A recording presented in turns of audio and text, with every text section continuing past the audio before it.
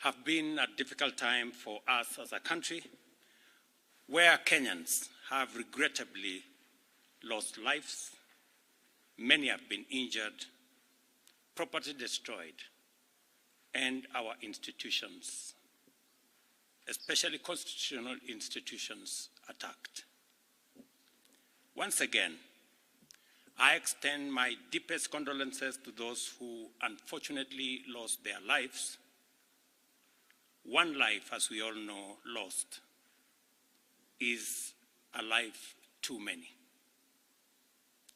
To the mothers, fathers, siblings, relatives, and friends of those who lost their lives, my deepest sympathies and condolences to you all. Equally, to the many others who are injured and recuperating, I wish them quick recovery. The government of Kenya will support all those who've lost their lives and those who've been injured. Despite all this, as a nation, we are finally discussing issues. We are not discussing tribes, personalities, or political formations, but rather we are discussing issues that affect each and every one of us. Issues of taxation, debt, budget, corruption, the cost of living, unemployment, and opportunities for all Kenyans, especially our young people. If you go back on my Twitter account, I made a commitment to the country in 2019-2020 that the conversation in Kenya is going to change. It is not going to be about personalities. It is not going to be about positions. It is not going to be about tribes. It is going to be about issues. Today, that situation is true, that we are having a conversation about issues in our country. We must all be proud of ourselves that we have managed to elevate the debate in our country to the level of issues that affect all of us. I am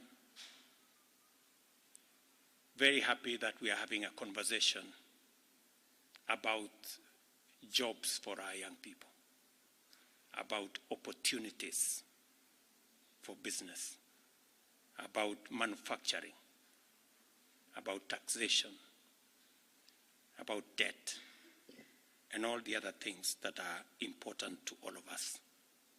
I make this statement to highlight the actions taken in response to the overwhelming public feedback in the recent days, and to fulfill my commitment to continuously and effectively listen to the people of Kenya, and to underscore my intention to always take public contributions in good faith, applying them to enrich policy making, governance, and government programs. Public debt is and continues to be a major point of engagement and conversation in Kenya. I have today appointed an independent task force to carry out a comprehensive forensic audit of our public debt and report to us in the next 3 months.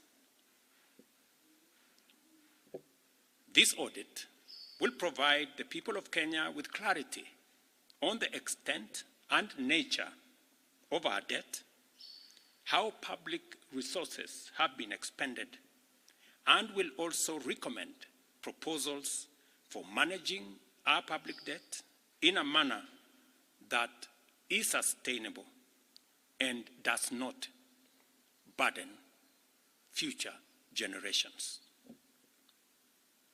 The consequence of withdrawing the finance bill is the reduction of our revenue targets by 346 billion.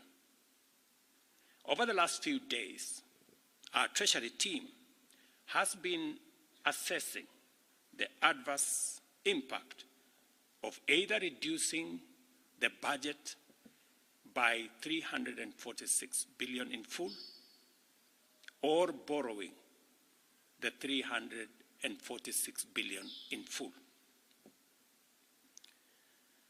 And cutting the entire amount in our assessment would significantly and drastically affect the delivery of critical government services, while borrowing the whole amount in full will occasion a fiscal deficit by a margin that would have significant repercussions on many sectors, including our exchange rates and interest rates. We have since, after extensive consultations, struck a middle ground, and we will be proposing to the National Assembly a budget cut of not the entire 346, but a budget cut of 177 billion, and borrowing the difference. Whatever we are going to borrow, the difference, will increase our fiscal deficit from what I intended to be 3.3% of our GDP. It will now go up to 4.6% of GDP, still lower than last year, and will be used to fund some of our critical government services. We will use the money that we will borrow to protect funding for some of the critical areas that the people of Kenya have asked me to protect. They include hiring of junior secondary school teachers and medical interns, funding the milk stabilization program for our dairy farmers, reviving our stalled road projects that are in many parts of Kenya, retaining the fertilizer subsidy program that has helped us manage our cost of living, settling the debt owed to farmers in our coffee sector, capitalizing the coffee cherry fund to support our farmers in that sector, enabling public-owned sugar mills to pay outstanding debts to sugarcane farmers for their deliveries, additional funding for higher education, new funding model that was in our plan will now receive additional funding, settling arrears owed to counties, settling arrears for NGCDF, and settling arrears for our pensions. Accordingly, in keeping with the enhanced austerity measures we have committed to implement and align government expenditures within the budgetary implications of the withdrawal of the Finance Bill 2024, the following actions shall be taken with immediate effect towards the realization of the new budget. 47 state corporations with overlapping and duplicating functions will be dissolved, resulting in the elimination of their operational and maintenance costs, and their functions will be integrated into the respective line ministries. Staff currently employed by the affected corporations will be transferred to ministries and other state agencies within government. The decision to fill the position of Chief Administrative Secretaries is hereby suspended. The number of advisors in government shall be reduced by 50% within the public service with immediate effect. Budget lines providing for the operations of the Office of the First Lady, the spouse of the Deputy President, and the Prime Cabinet Secretary will be removed. Similarly, the budget provisions for confidential budgets in various executive offices, including my own office, have been removed, and the budget for renovations across government reduced by 50%. Henceforth, public servants who attain the retirement age of 60 shall be required to immediately proceed on retirement with no extensions to their tenure of service whatsoever. The purchase of new motor vehicles by the government is suspended for 12 months, except for security agencies, while a new policy on transport for public officers will be developed. All non-essential travel by state and public officers is hereby suspended. No state officer or public servant shall participate in public contributions or haram phase going forward.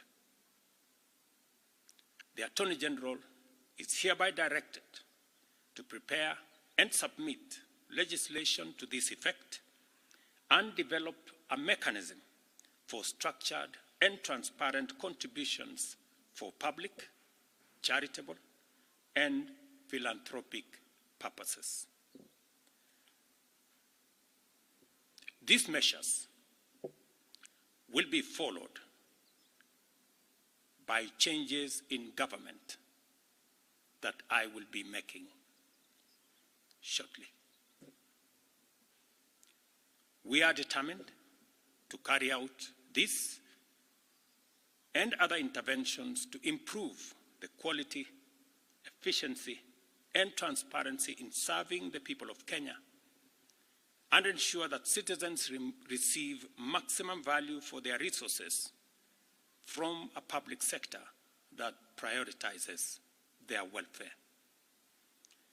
I believe these changes will set out our country on a trajectory towards economic transformation, enabling us to achieve the strategic objectives of the bottom-up economic transformation agenda and deliver our commitment to radically enhance opportunities for all Kenyans and transform our country.